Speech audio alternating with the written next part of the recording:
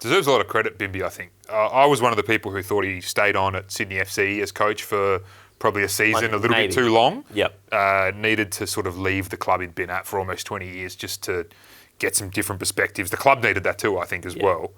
But huge credit for what he's done at Auckland. Not easy to build a club from the ground up. Even though expansion teams, for whatever reason, in the A-League start well, it still takes strategy and, all the stuff that he brings as a coach.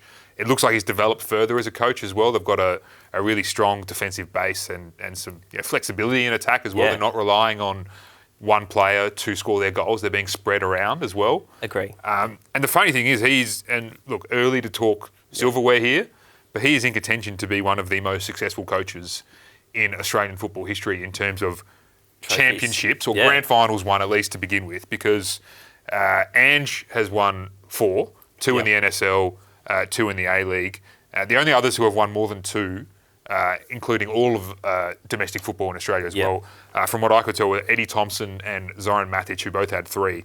Right. But with 2, you're talking Kevin Muscat, you're talking Graham Arnold. Overtaking them, which is would be pretty special for a guy like Steve Corica, who's, probably no one has him in that category of coach.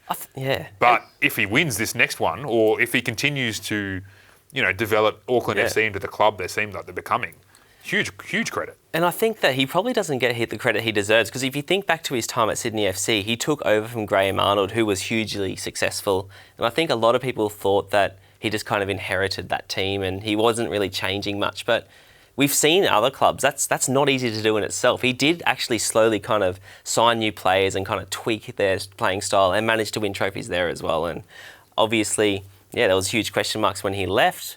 Now, as you just touched on, to go to a new club, recruit and build a whole kind of football team and philosophy from the ground up in such a short space of time. They look like a team that's been playing together for 4 or 5 years, and it looks like he's been building this for a long time. But the fact he's put it together so quickly, I think, speaks volumes, and 100% I think that he's one of Australia's most exciting coaching prospects. Culture just doesn't happen, by the way. You can't just, it just doesn't appear. Like, you've got to make an effort to create the kind of culture that's getting them over the line in games as well. So absolutely. Hats off to Bimby.